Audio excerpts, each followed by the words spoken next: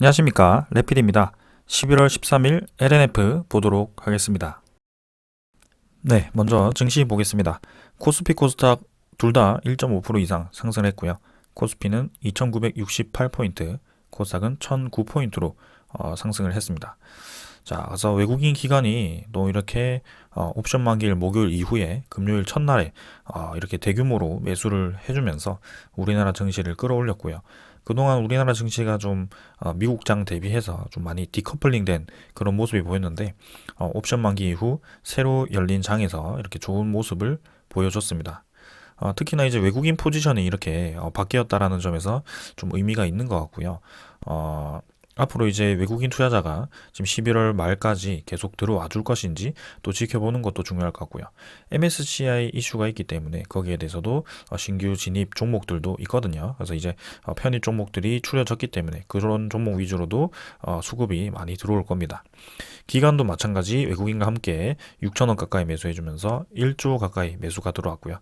아주 괜찮은 흐름이었습니다. 자, 그래서 적절하게 쌍바닥 근처에서 반등을 해주면서 그래도 이 저점 라인은 지켜주겠다라는 움직임이 만들어졌고요. 금요일에는 보통은 이제 증시가 좋지 않게 진행이 되었었는데 이렇게 또 오랜만에 금요일에 불장으로 마무리를 했습니다. 자, 그래서 이 구간에서 한번 쉬어갈 것인지, 이런 구간처럼 한 두세 달, 많으면 이제 네 달까지도 좀 쉬어갈 것인지 지켜보도록 하겠습니다. 투자자 같은 경우는 외국인 기관 양매수 해주면서 오랜만에 좀 크게 매수가 들어왔습니다. 자, 그 다음에 코스닥도 마찬가지고요. 외국인 매물이 외국인이 2천억 정도 매수해주면서 21선과 61선 사이를 다시 한번 지켜내면서 이렇게 이 수렴 구간을 다시 이어가고 있고요. 결국에는 241선 지켜주면서 진행되고 있습니다. 그래서 여기서 이제 쭉 올라갈 것인가, 그런 점도 주목을 해보시면 좋을 것 같고요. 아직까지는 그래도 거래량 자체는 회복이 되진 않고 있습니다. 그래서 이번 금요일에는 사실 모든 종목들이 다 상승을 하면서 오랜만에 좀 건강한 흐름이 나왔는데요. 그래도 아직까지는 바이오 종목보다는 실적주, 성장주, 그런 종목 위주로 좀 투자를 하시는 것이 좋아 보입니다. 자, 월봉도 이제 반등을 좀 했지만 한번 지켜보도록 하겠습니다. 자, 그래서 최근에는 계속해서 뭐 인플레이션, 뭐 테이퍼링, 그다음에 미중 뭐 그런 신경전 이런 것들이, 그다음에 코로나까지도요. 막 복합적으로 좀 관계가 있다 보니까 증시를 예측하기는 사실 쉽지는 않습니다. 그래서 우리는 큰 방향을 보면서 그리고 안전한 투자를 하는 것이 지금은 맞다라고 보여지고요. 외국인 투자자는 이렇게 많이 매수를 했습니다. 그래서 2천억 매수했고 기관 투자는 좀 나갔지만 최근에 코스닥 쪽에서 외국인이 계속 매수를 해주고 있습니다. 그래서 좀 주목을 해볼 필요도 있다. 자, 그 다음에는 환율을 보게 되면 1179원으로 조금 내렸지만 그래도 이 구간에서 계속 유지를 해줍니다. 그래서 여기서 큰 박스권을 그릴 것인가, 아니면은 여기서 반등을 해줄 것인가, 뭐 그런 좀 지켜보면 될 것 같고요. 결국에는 1100원 중후반대에서 계속 이 가격을 좀 유지를 하지 않을까라는 생각을 하고 있습니다. 그래서 가파르게 올라왔기 때문에 어느 정도 이 구간에서 자리 잡는 것도 필요하고요. 결국에는 이 고점 라인까지 한번 올라갔다가 떨어질 것으로 생각이 됩니다. 그래서 그때까지는 좀 증시에 좀 부담스러울 수 있기 때문에 조금은 경계를 하면서 실적주 위주로 투자를 하심을 추천드립니다. 자, 그 다음에 미국 국채금리 1.57%로 뭐 적당히 상승을 한 것 같고요. V자로 좀 반등해주면서 원래 구간 돌아왔습니다. 그래서 여기서 추가로 좀 많이 급하게 올라가 버리면 또 증시에 부담스러울 수 있기 때문에 좀 천천히 가는지 그렇게 지켜보면 될 것 같고요. 지수 선물 같은 경우는 뭐 좋게 다 마무리했습니다. 뭐 큰 움직임 없이 조금 상승해서 마무리했고요. 그래서 다음 주 증시부터 이제 이번 주 금요일 첫날 좀 이렇게 좋게 진행되었기 때문에 우리나라 증시가 다시 한번 수급이 좀 들어오면서, 특히 외국인 수급이 좀 들어오면서 좀 안정적으로 흘러갈 것인지 또 주목을 해보면 좋을 것 같습니다. 자, 오늘 여기까지 하고 종목 보겠습니다. LNF 보겠습니다. 13,300원 올라서 6% 상승했고요. 22만 9,700원으로 마무리를 했습니다. 시간외 가격은 23만 6,200원이죠. 거의 뭐 3% 가까이 상승하면서 마무리를 했고요. 금요일이 장이 좋았는데도 불구하고 초반에는 좀 오르지 못하다가 마지막에 이렇게 크게 올라가면서 마무리를 좋게 했습니다.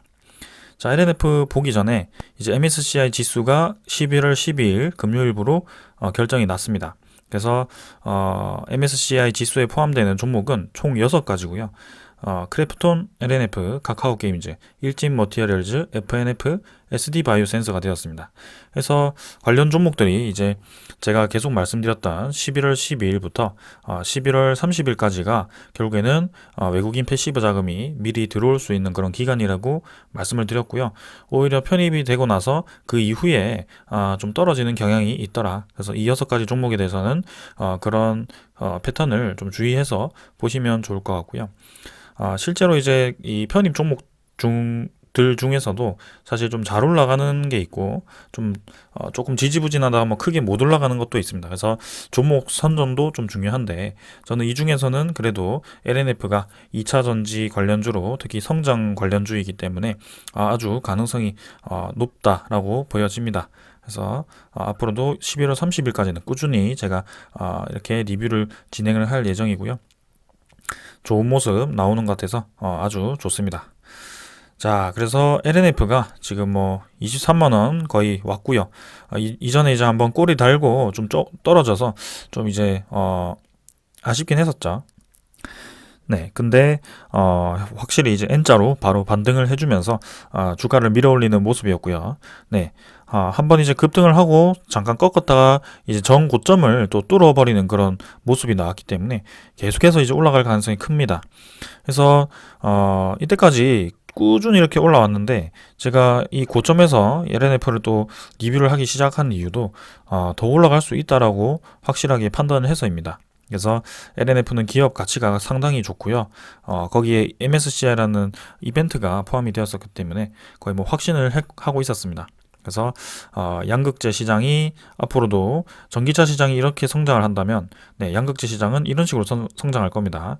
양극재라는 게 이제 2차 전지 관련 시장이겠죠. 왜냐하면 이 전기차가 주행거리를 높이기 위해서는 배터리 수를 이제 높일 수밖에 없는 그런 상황이고요. 그 배터리를 많이 만들기 위해서는 이 양극재라는 것이 들어갈 겁니다. 그럼 이제 이 양극재가 계속해서 이제 성장할 것이냐? 아니죠.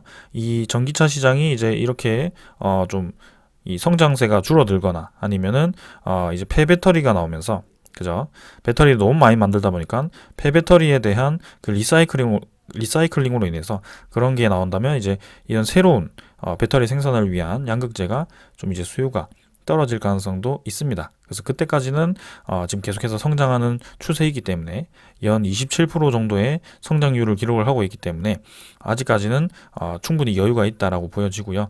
이 LNF뿐만이 아니고 에코프로비엠, 그다음에 첨보 이런 양극재 관련주, 네. 2차 전지 소재주들이 확실히 다시 한번 크게 올라갈 가능성이 높다라고 봅니다.